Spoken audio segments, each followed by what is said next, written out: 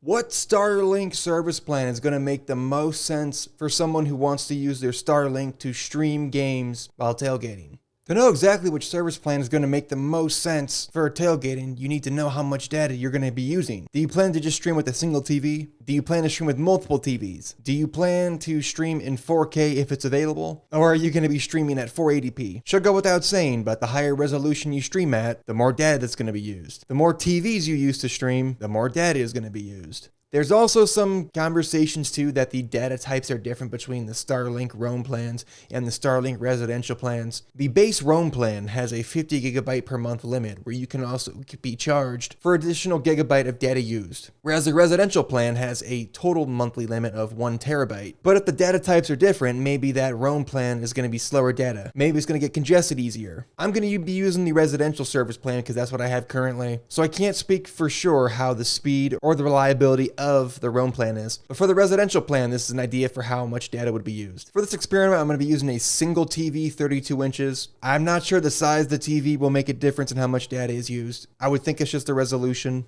And then I'm going to open up YouTube TV and stream pretty much anything from there. Maybe streaming sports on game day will use more or less data, but having one TV and streaming that for a couple of hours will get an idea for how much data would be used. So we are on the roof. We have the satellite dish right over here for the Starlink standard, and then we have just a basic Insignia 32-inch TV over here. I believe this is the full HD 1080p one. Don't know if the size or the resolution makes a difference on the data usage, but we'll get these things hooked up and we'll run this for a little while to see how much data it uses. So we did just get connected to the internet and ran a quick little speed test showing the results of that right now. I assume that the TV automatically connected to. I already set that up with the Wi-Fi beforehand because it started playing an ad, so now that's connected. I'm actually going to disconnect my phone from the Wi-Fi now just to make sure that the data is entirely isolated on just the single TV alone.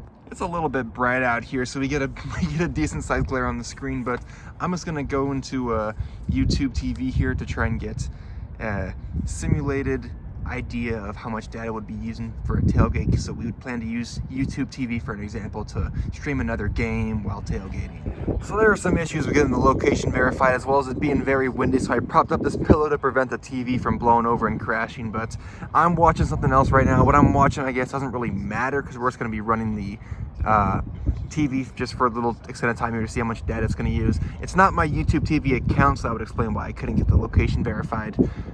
But we'll give this a try. Which is a little strange because I'm able to use the YouTube TV just fine downstairs in my actual unit, but because I'm connected to a different internet source now, for some reason it's picking up my location as different, even though I'm still in the same spot. But it doesn't matter. This should still be an accurate gauge for data usage. I wish we could have been watching sports or SportsCenter during this, but instead it's stuck watching American Idol. Okay, so we have been watching American Idol for 15-20-ish minutes right now, so let's go ahead and check the data usage to see where it's at. So going off of today's date, April 19th, using the bar on there, as I said, I connected only the TV. I disconnected my phone to try and isolate just the TV service for how much data it's using, and we're already close to about a gigabyte, not even a half hour into here, so like the power station test we did before, we got to give it some more time to know exactly like where the usage is, but yeah, that's how much we're using so far. Almost a gigabyte for 15 minutes. So it's been about 30 minutes now of watching American Idol. Had to set up some other barricades because of the wind almost knocking over the TV. Let's take a look at the data usage right now to see how much more it's used since last time. So here's what we're showing for the data usage at this point. I think this is maybe a little bit more than I would have expected, but I honestly at the same time did not know what to expect for data usage. But I definitely can see how the data usage quickly could ramp up if you're using multiple TVs to stream multiple games and you're streaming all of them at like the highest capacity, highest, resolution. I just checked the resolution and we are sitting at 1080p right now. So in case you were curious about how much resolution we were looking at. Let's switch up the channel here to see if the channel plays any difference in this. Once again, I assume that's because it's just watching TV. I don't know how watching other games while tailgating would use more or less data than it would to just watch regular TV. But we'll let this run on this one for the next half hour to an hour or so to see if anything changes major. So we are basically at the hour mark right now, just, you know, give or take plus or minus a few minutes, but we are basically at an hour right now. Been watching Austin City Limits, just like this concert being streamed. Let's check the data usage at an hour to see how we are looking. Pulls up the data usage right here on the screen right now. It is showing that we are at 2.7 gigabytes used over the span of the last hour or so that we've been running the YouTube TV on a single TV at 1080p. So what that means is that if we do the math on how much data that's using over the course of, you know, a single tailgate, then you do tailgates 3 or 4 times a month, let's say, that is roughly 4 tailgates that are 5 hours long for a month. So theoretically, that would get you right to that 50 gigabyte threshold for the roam plan of Starlink. If you're only running a single TV, that's honestly doable. I feel like most people don't tailgate for that long. I like to tailgate for 5 to 6 hours, but not everybody does. I'm actually going to change the stream to 720p to see how much less data that uses compared to the 1080p. Okay, as we can see right there, we are on the 720p setting right now, so let's let this one cook a little bit to see how this is doing. Also should be talked about too with data usage and talking about during tailgating is that there's not going to be a lot of cellular service. Like with things like 5G coming out, yes, that does help with congestion, but sometimes if a lot of people are connected to a network nearby, especially by stadiums, it still can get a little overcrowded. So if you're connecting your phone or other people are connecting their phones to your Starlink as well, that's gonna even spike up the data usage even more.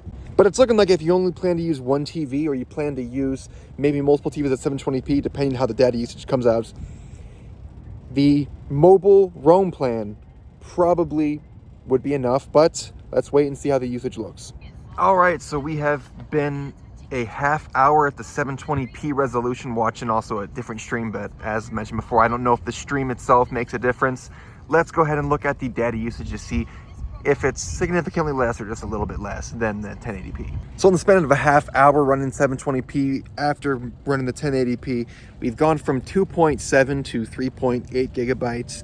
So that means it's using, looks like a little bit less than half of the amount of power that it does, well, half the amount of data that it uses for 1080p. But ultimately, like, we're not going to see how well it's doing, how much data it's going to use over the entire tailgate. So let's run this for just a little bit longer, go to the hour mark, and then see from there how much data we are at.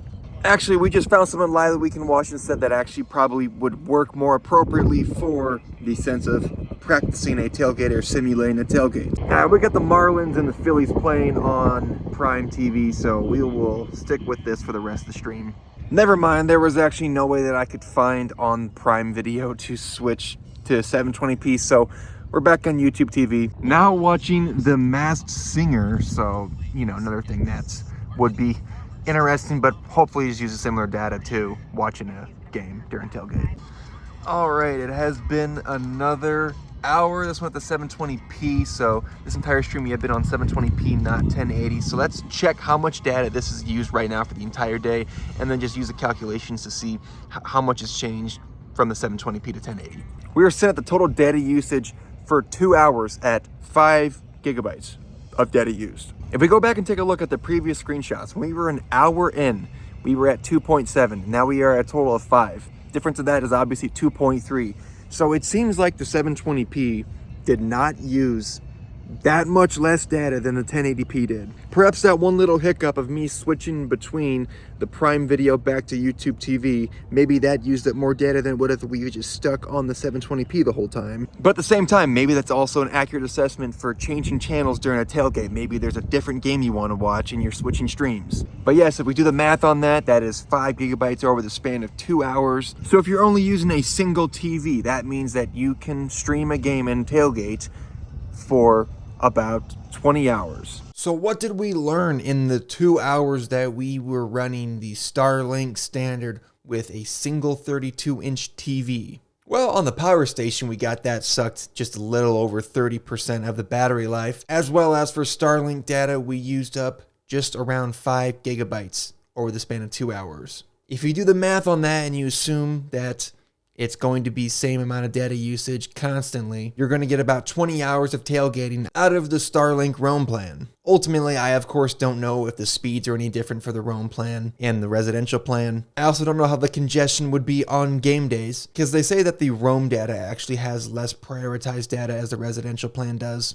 But maybe you're also going to be tailgating in a spot where you can't change a service address for the residential plan. Ultimately, I think my plan is I'm just going to use the residential one and then change the address when I change tailgate locations. Mostly because I have an address that's right there by where I tailgate at that I know I can change it to. As well as I am willing to just deal with finding an address nearby that I can set it up to. I know there's also the priority you can buy, I think would give you higher speeds too. I'm not sure how that works with the roam plan or how it works with the residential, but if you plan to only run a single TV, you probably could get by with the roam plan. I know that I plan to run multiple TVs, and I probably plan to have all of them running 1080p. So combination of having the address nearby, as well as having that higher data cap, I think that I am going to get the most worth for me with the residential plan, but I'll find out when I'm tailgating if there's going to be any issues with that. Should be worth mentioning too, I don't know if it uses more data or would use more data if you have a bigger screen TV. I would assume it's just the resolution you're streaming at, but maybe a bigger screen's going to use up more.